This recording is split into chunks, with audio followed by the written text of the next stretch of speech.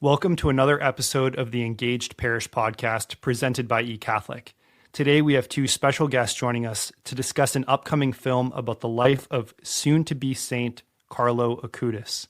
The film is titled Carlo Acutis, A Roadmap to Reality, and is coming to theaters starting the day of Carlo's canonization on April 27th. There will be additional theatrical showings on April 28th and 29th. During today's episode, we'll also be discussing ways you can help promote the film. Stay tuned to the end of this episode to find out how your parish, school, or diocese can receive completely free posters to help promote this important movie. Our guests today are Tim Moriarty and Christian Surtz. Tim is a filmmaker, actor, and founder of Castletown Media, a production company dedicated to creating content that reflects truth, beauty, and goodness.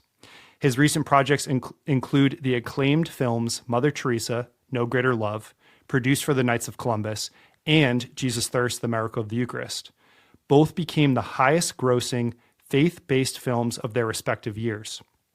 Castletown's next film, Carlo Acutis, Roadmap to Reality, and the topic of today's discussion, premieres nationwide on April 27th, 2025. Christian Surtz is an Emmy-winning filmmaker based near Chicago, currently serving as the creative director at Castletown Media. He is the co-director of the upcoming documentary, Carlo Acutis, Roadmap to Reality, a film exploring holiness in the digital age through the life and legacy of blessed and soon-to-be Saint Carlo Acutis. Christian graduated from Northwestern University's Medill School of Journalism in March 2020 and earned a certificate from the Farley Center for Entrepreneurship and Innovation. During his time at Northwestern, he served as executive director of TEDx Northwestern U and president of the Catholic Students Association, combining his passion for storytelling, leadership, and faith. Tim and Christian, welcome to the show. Great to be here. Thanks so much. Thanks for being here. And Tim, this is the second time you've been back. Of course, folks might remember back in June of last year, 2024, you were on discussing Jesus Thirst. So very excited to have you back. And welcome, Christian. As we begin our conversation, could you tell us what first drew you to the life of Carlo Acutis as a subject for a feature documentary? Yeah, absolutely. The genesis of this was, the idea first came when we were just finishing Jesus Thirst, the Miracle of the Eucharist. A gentleman down in Beaumont, Texas, the C3 Foundation, very connected to Bishop Toops, they had created a youth camp down there, and Bishop Toops wanted to name the chapel after Carlo Acutis. And the gentleman didn't really know anything about Carlo. Bishop Toops gave him some books to read, and he immediately said, "Boy, we need to name this chapel after Carlo." About this same time, Jim Wahlberg, who's a producer on the film, who also was a producer of Jesus Thirst, was giving a talk down in Beaumont, and the gentleman had seen Mother Teresa, No Greater Love, and just was inspired by the idea of creating a film. So he reached out to Jim, reached out to Castletown, and said, I think we need to do a film on this young man. He was seeing the impact that Carlo was having on the young people of Beaumont, and reached out in faith. He had never been involved in production before, and said, what can we do to get this started? So, within a couple of weeks, contract was signed and we were ready to go. And it was really providential. Actually, there's a number of things in this film. There are a number of things in the production of it that were absolutely providential. And one of it was the timing. This was before we knew Carlo was going to be canonized. So we began production, not knowing that this was the year of his canonization. But for us at the time, he was the perfect saint to follow up on Jesus Thirst, the Miracle of the Eucharist, because that film is really about this, the source and summit of our faith. It's about rediscovering the beauty of the Eucharist. This film is about a young man whose life was totally transformed by the Eucharist, who was living in our day and age amidst all of the struggles that we have, the challenges of modern life, somebody who was so rooted in the Eucharist that he charted a way forward. How do we remain tethered to reality? How do we live a life of holiness? So that was the genesis of it. And as we learn more about Carlo, speaking to his family, we can get into this later, speaking to his mother, we started to figure out, okay, what is the story that we wanted to tell in this film? How is it different than other approaches? And it has really felt to us that this was a story, this was an angle of the story that God was really calling us to. And there's a lot here that I think is going to resonate with Catholics, non-Catholics, people who in general are looking for hope, looking for signs signs of light in the midst of a very complicated world we're living in. Christian, what has it meant for you to be part of the production of this film? Yeah, it's been amazing learning about Carlo and getting the opportunity to share about his life, the first millennial saint of the Catholic Church, and as an example of somebody, a saint who used technology in the way we do today, and has experienced a lot of the same things that us in our modern world, but really being something more than just someone who is in that space and understood that, but also how do we as Catholics do more than just be in these spaces, but really use them to evangelize. Use them to evangelize and be conscious of some of the challenges of modern technology, and use them in ways that I apologize. It's been a little bit. Shed light. They shed light on. So one of the things that was so interesting about Carlo, and this is what was really powerful. When we met with Carlo's mom, we said to her, what hasn't been talked about yet? People have written about your son. People, he's the first digital saint. He's the saint in sneakers. And she said, yeah, Carlo was a very ordinary boy. Carlo loved technology, but she said, the real thing about Carlo was a mystic. Carlo had a profound and deep relationship with Jesus Christ, and Carlo was also his approach to technology was one where he saw the value, he saw the power in it, but he saw the dangers in it too. She said, Carlo was given a PlayStation, for example, and he was reading articles as a teenager about how young people in the United States were getting addicted to video games. So he said, I'm going to moderate my use of this to 1 hour a week. So she was very strong in that we wanted to tell the story of the first digital saint, but let's look at how do we use this as Catholics in a way that is serving the faith, bringing people to the reality of the incarnation, the sacramental world, and not get lost in a kind of virtual world. So that kind of gave us the seed of an approach to Carlo's story that said, let's look at the world through the lens of Carlo. Let's look at Carlo's life, but let's also see, how did Carlo see the world? So those were the two aspects that we had early on. We said, let's look at Carlo's life. Let's look at the world of technology, the contours of technology. But then we were stuck. In all frankness, we were stuck because we had something that was a biography that was very powerful. We had something that was a kind of a philosophy, almost a theology of technology. Hey there, sorry for this brief interruption, but we wanted to give you a quick heads up. If you're enjoying the Engaged Parish, head over to ecatholic.com/podcast and sign up for our newsletter. There you'll get updates on new episodes, behind the scenes content, and more. And of course, this show is brought to you by eCatholic, the engagement platform of the Catholic Church. Be sure to check us out at ecatholic.com. Now back to the show. But because the message of Carlo is the Eucharist, is the incarnation, is flesh and blood, reality is found in flesh and blood, the concrete interactions of people in a place together, the reality of the sacraments. We wanted to show that story. So this is one of the hugely providential things that happened in the genesis of the film. I reached out to Monsignor Shea's office at the University of Mary. He had given some incredible talks on the Eucharist, and we knew we wanted to interview him. I got in touch with his chief of staff, and his chief of staff said, this may be the Holy Spirit, but in 3 days, we're going to take a group of 150 high school students to Italy. And the culmination of that trip is to visit Carlo's tomb. And we're doing something unique, and we've done this now for the last few decades. We asked them to leave their technology at home.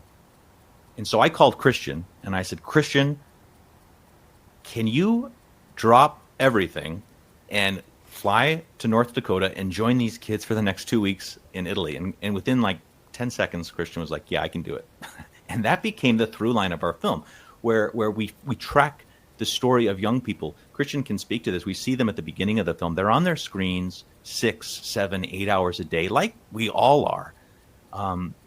And we see the impact of that. And many of them are very frank. They say, I was raised Catholic, but the faith doesn't really feel real to me. I don't know if it's really real. They're really living their lives on screens.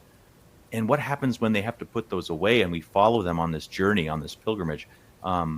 So that was something that was unbelievable that Christian was able to do in this 2-week journey with these kids. We see unbelievable transformations as they're going through the great sites of Rome. They visit Eucharistic miracle sites. They go to Assisi and walk the paths of St. Francis. They walk the same trails in nature that Carlo would have walked. And so that kind of brings this film into in a real visceral way of how do young people experience Carlo, and how do they walk the same path that he charted for us.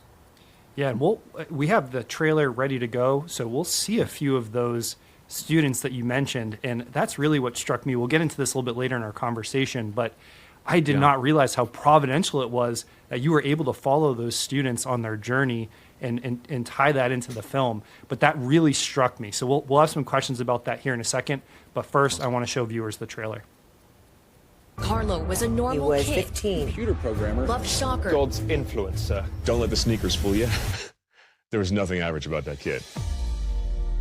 You ever add it up and see Or how many Snapchat. days of your life you waste on your phone? 6 hours and 26 minutes. Mine's 8, so that's... Welcome to the University of Mary. In less than 2 days, you're going to be on a plane going to the Eternal City. We're going to Rome. This year, telling him the story of Blessed Carlo Acutis and then going to see his body. Not really expecting to get a lot out of it from the religious point of it. I want to have a good time, have Italian food. I always questioned, is God real? Technology policy, no phones. Absolutely none. Technology doesn't give you control, it gives you perception of control. The attraction of Carlo Acutis is that he's a young millennial saint who was technologically savvy. He understood that it was an instrument that had a fantastic power if used well. Carlo loved the Lord Jesus because he looked with those types of eyes. He was able to see far more deeply. He had something to demonstrate to the world. His goal is to get people off of his website back into church. Before the pilgrimage, I found out that my mom had this tumor. Just feeling his presence, my heart was pounding a lot. I was praying to him for my mom. Carlo is in a certain way that saint for our time. How many adolescents report experiencing loneliness and sadness? That rate is at 42%. Your heart breaks for what young people especially have to go through. We think reality is dull because we've dulled our senses. The developers of this software have hacked the human mind. They will digitize your soul if they thought they could make money on it. Carlo was able to understand that he was going to die, and he was going to die very young. He's an antidote to the ails of our age. You could feel his presence. Something's gonna happen. I started crying when I saw him. I'm part of something amazing. He was literally my age, and he impacted that many people. It's been a blessing. It's been so awesome. When you disconnect, everything feels more genuine.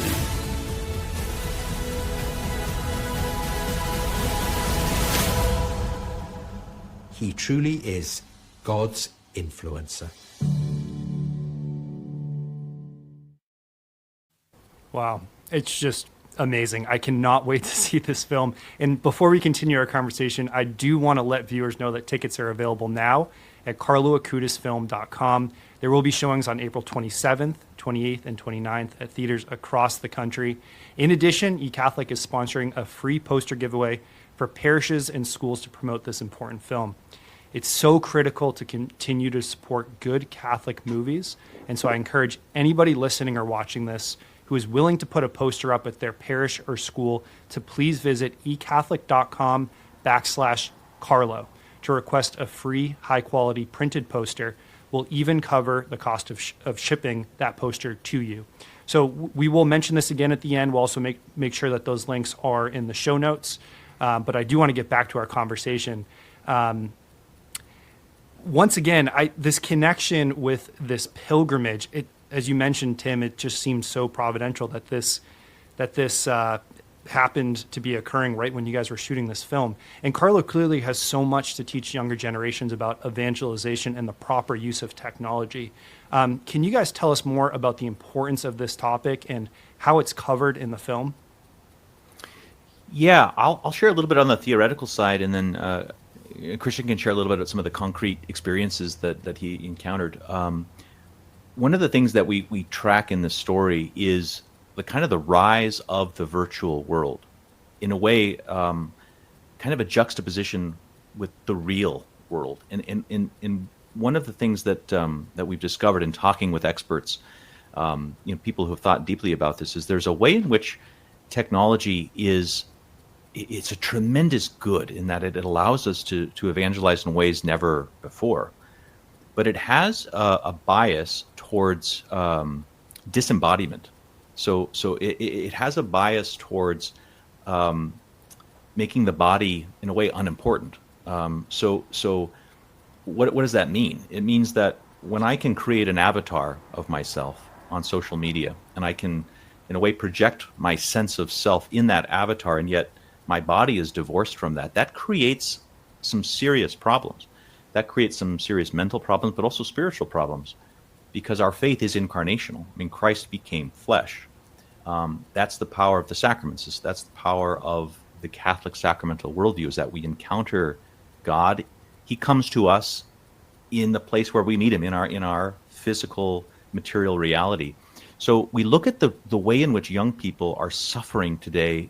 The statistics are staggering in terms of mental illness, in terms of, the number of young people who are on, psychiatric drugs. But beyond that, nearly statistics are close to 50% report feelings of hopelessness, feelings of loneliness. There's something off. There's something not right. There's something that this film is trying to address. And what Carlo does is he uses these means to point people back to reality. He's online sharing. What does he do? He shares stories about Eucharistic miracles. Chris Stefanik, who's in the film, kind of summed it up very well. He's online to get people offline. He shows us how do we how do we evangelize in the digital world? Well, we use these means to point people back to the real. So that was something that really stood out in this film, where it's not just, let's just use this willy-nilly without some real discernment. It's let's use this on our ground. Let's not just, there was an old Jesuit phrase where you, I think it was St. Ignatius says, you go in their door to come out your own. When I was in the Jesuits for a while in the seminary, there were some Jesuits that joked that, you could be a missionary in the bar. If you're trying to reach an alcoholic, you can go to the bar to try to get the alcoholic out of the bar.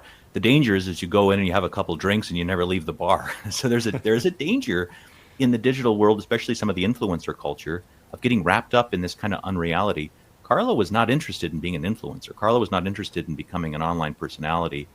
He was interested in getting people back to church. So that's a theme that really comes through as we look at his life.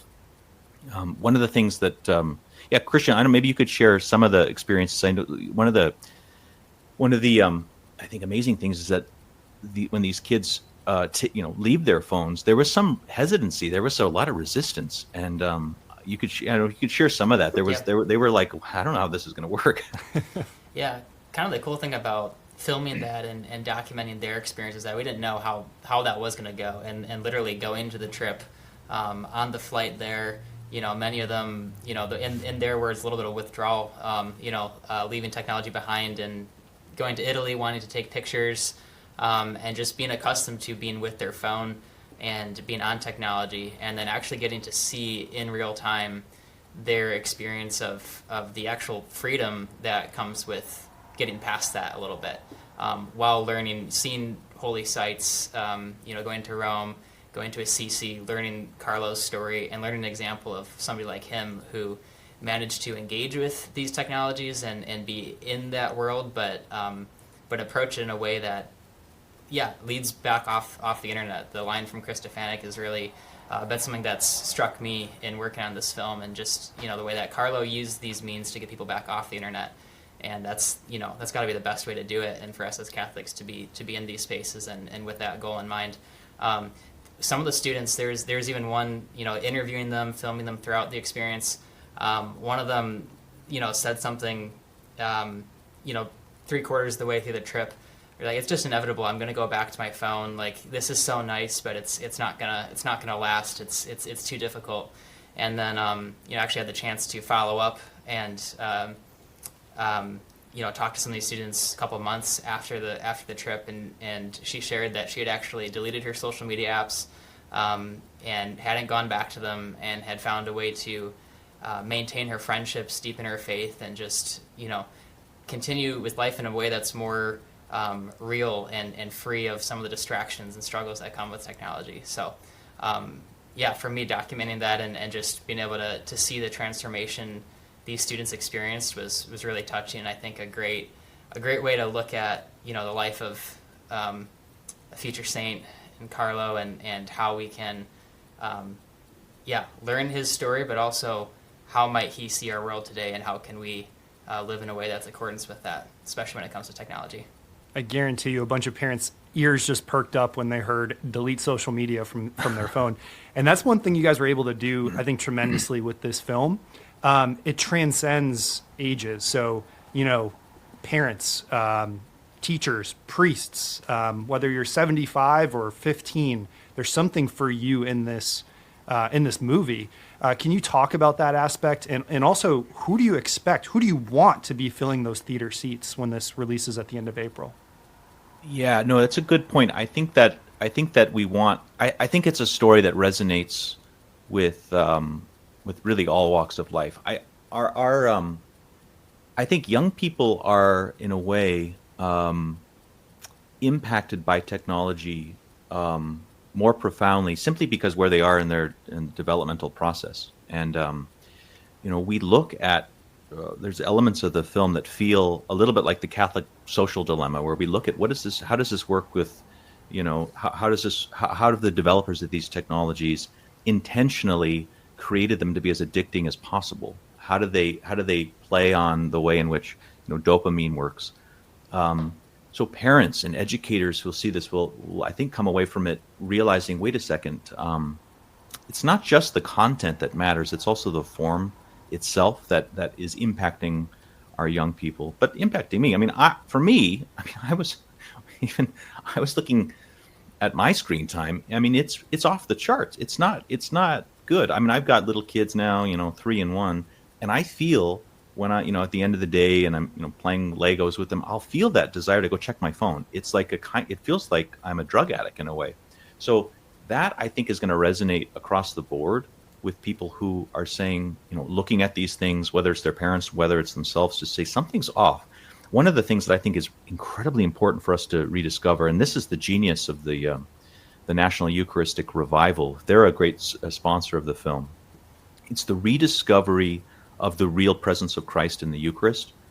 And what that does is it also brings forward a rediscovery of the very nature of presence itself. What does it mean to be really present? I think one of my favorite quotes of all time is from Simone Weil, who says the essence of prayer is undivided attention. That was her sort of definition of that when you are fully present to the other, when you're in adoration, for instance, when Christ is fully present to us, the more that we are fully present, what does it mean to love another? It's to be fully present to the other as other. That, I think, is what some of the ways in which these technologies have been designed to get in the way of. So it's going to resonate with young people who are hungry. Young people today are absolutely starving for meaning, for depth. The old, I think, kind of naive sort of new atheism of maybe the 90s, that's kind of died away. People are hungry for real spirituality. Young people are realizing that there's got to be something more. They're hungry for the transcendent.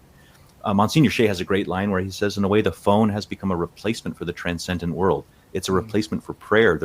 But what does prayer do is it taps you into a vast, invisible world of realities, of spiritual realities. But when every time we're bored, or every time there's a sort of a moment where our attention, there's some space, we immediately grab this and we lose that entryway into the invisible, into the spiritual type of presence. So, I mean, I think it's going to resonate deeply. I think it's a story that it's about Carlo, but it shows that Carlo is a saint for our times because he is addressing our times. Bishop Cousin says that exactly. Carlo is a saint for our times. In a way, he's an anecdote for some of the ills of our age. And so, I think we do see this film as it's a film, but it's also a conversation starter. In fact, another great partner of ours, the McGrath Institute at Notre Dame, they're creating educational materials that we're going to share with parishes, with educators around this film to dive deeper into these themes. So that's where I think, it's going to have broad appeal, and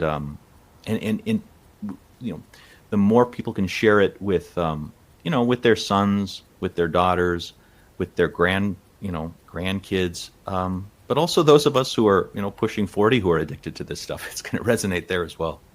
Absolutely. Yeah, I found that even with myself as I pre-screened the film, and by the way, it is phenomenal. You guys really did a great job. I felt that same tug that you did of, yikes, I'm guilty of this as well. I need to cut back. This is unhealthy. And we've been hearing it now for years, but you also re-engage with some of the experts out there that are talking about the statistics that you had alluded to, and how this digital age, yes, there's tremendous good there, but we have to look at the bad and try to address that, especially when it pulls us away from what's most important, which is time with our Lord, prayer. You mentioned that. Christian, you followed these students on their journey to the body of Carlo Acutis. What did it mean for you to be there as well, knowing that you are making this, this documentary, this film that's going to live on for years and decades to come? What was it like for you to encounter Carlo Acutis? That was quite an experience. A little bit different through the lens of a camera at times, and almost it's can be challenging to fully experience things through technology, which is kind of the whole point that we're trying to get across in a way as well. So, but it was incredible, and just to try to take a step back at times and realize the places we were at, and especially at Carlo's tomb, and then I think really getting to fully take that in the editing process in some ways, and seeing the reactions and the experiences the students were having, and and then to kind of process the fact that I'd been able to experience that myself as well, and to learn about Carlo, and to try to be putting together this film as a way of in the Catholic media space, and to create to further his story, what he was trying to do with his website of Eucharistic Miracles, leading people to a fuller encounter with Christ. Like, that's exactly what we're trying to do with this as well, and can only hope to be effective in that, in a way similar that he was. Amazing to learn his story, to be in the places that he was in his life, and definitely an experience I'll never forget. What's been the response so far from early screenings? And before you answer that, I will actually insert a response I've been able to encounter, which is a few weeks ago when I was able to announce to the wider eCatholic group that eCatholic was coming on as a promotional sponsor. We showed the trailer at the team meeting, and I had a few people message me after privately and say, wow, that brought me to tears. I cannot wait to go see this. I'm going to bring my kids to see it. So it's definitely already resonating. There's something in this, as you've already alluded to, that is striking a chord with people. But what have you guys seen as the response so far? Yeah, I think it has done that. I think that we set out to, in a way, create the film that Carlo might have wanted to create, and really were taken by the idea that God sends us saints in particular times for particular needs. And so I think the need of today is a rediscovery of the title itself. It's this roadmap to reality. It's how do we reconnect with reality, and the ways in which God is present to us in the everyday, ordinary aspects of life that we are increasingly numb to by being completely overtaken by too much stimuli. So I think people who have seen the film in these early stages are very moved by it.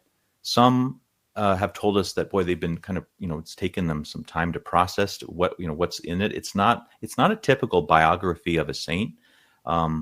It's much more of a kind of a meditation of what is this saint telling us today. The response has been from young people, I think, deep, resonance with Carlo's journey, because it speaks to their experience.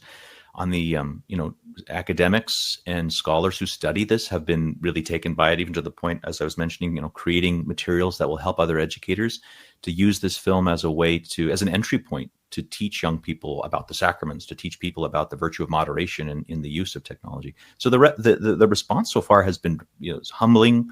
It's been exciting to us. I'll say one thing. We mentioned this at the very beginning. There's been these providential sort of aspects to the film. We set the date for the film at April 27 prior to knowing that April 27th was going to be his canonization date. Wow. So there was something about that felt like, wow, we knew the Vatican had announced the canonization, but they didn't announce the date. So we were waiting and hoping that the date would come out. And eventually we had to set a date with Fathom, which is our distributor.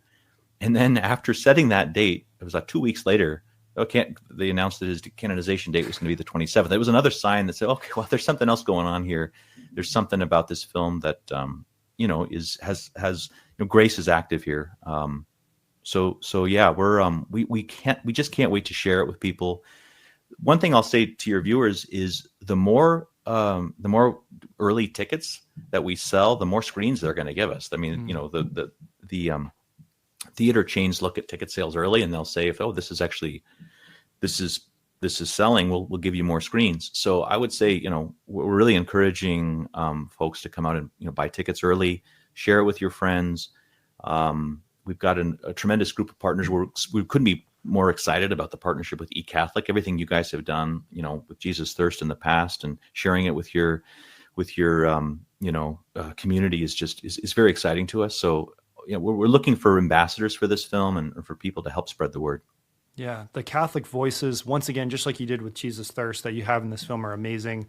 Both of Carlo's parents are in this film as well, and they even talk about their own conversion experience through their son, which is amazing and phenomenal. So you guys have really, once again, hit a home run, in my opinion. And to your point, let's go drive those early ticket sales. It happened with Jesus Thirst. I believe it can happen again with this film. There is so much, unfortunately, we keep saying this for decades, filth that's coming out of Hollywood. Let's have something good and productive and Catholic focused be on these screens, and early ticket sales can drive that. That's right. And one last thing I'll say is the benefactor of this film, after the distribution costs, he's donating all of the proceeds to charity. That's another interesting storyline. He's giving, the Eucharistic Revival to fund future Eucharistic congresses, other charities connected to Carlo, helping youth ministry. So this is when you're going out and supporting this film, you're supporting the work that is resonant with Carlo and what he was all about. So I'll share, that just in terms of where this is all going, that's something I wanted to share with your audience as well. Thank you for doing that. What's next for Castletown? You guys have been busy. Are there any future projects in the works? There are. Yeah, we've got a lot going on. We, Christian's our creative director. We've got a lot of projects in development that we're excited to announce fairly soon. We've got at this moment, our whole focus and our whole heart is really just promoting Carlo and sharing this one. And so, right now we're just all in on Carlo, and it's all hands on deck to spread the word. And we, now that the film is finished and sent off to the distributor, it's really just to get this out there and just to see what impact it can have. Absolutely. We've rallied the eCatholic community before, and we're asking for that once again. Help us continue to bring amazing Catholic films, important Catholic films, to the big screen. Please promote this in your communities. Parishes, put up the posters. I'll mention that link again here in a second. Go to carloacutisfilm.com.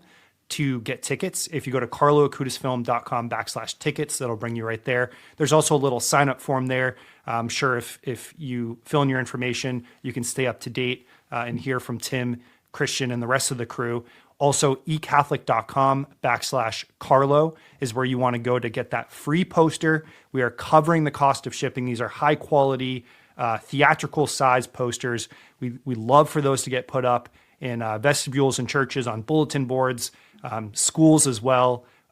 Request some and we'll ship those out to you right away so that we can start promoting this film. Is there anywhere else that you would point folks to learn more and spread the word? Our website is the best spot. We also have very active social media handles as well. So Carlo Acutis Film on Instagram and on Facebook. We're constantly, every day with new posts, different endorsements from various folks. But that's a good place to stay in touch day to day and see what kind of, content we're sharing. We're going to be sharing clips of the film, giving people a taste of what's there. So the website's the best place for tickets. And some of the social media handles we have are a great place to get a better taste of the film and just, be part of this community we're building. Excellent. Also mentioned ecatholic.com/Carlo has some other digital resources, including requesting those free posters. Again, we're covering shipping there and everything. We just want to help get the word out. Christian and Tim, thank you so much for your time today. Are there any final thoughts you'd like to leave with our audience before we wrap up?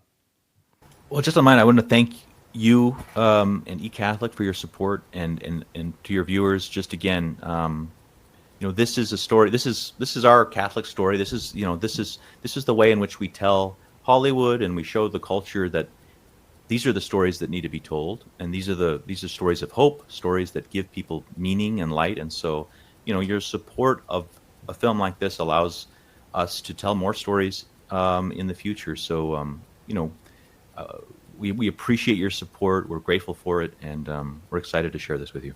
Absolutely. Christian and Tim, thank you again so much for your time. God bless. God bless you. Thank you.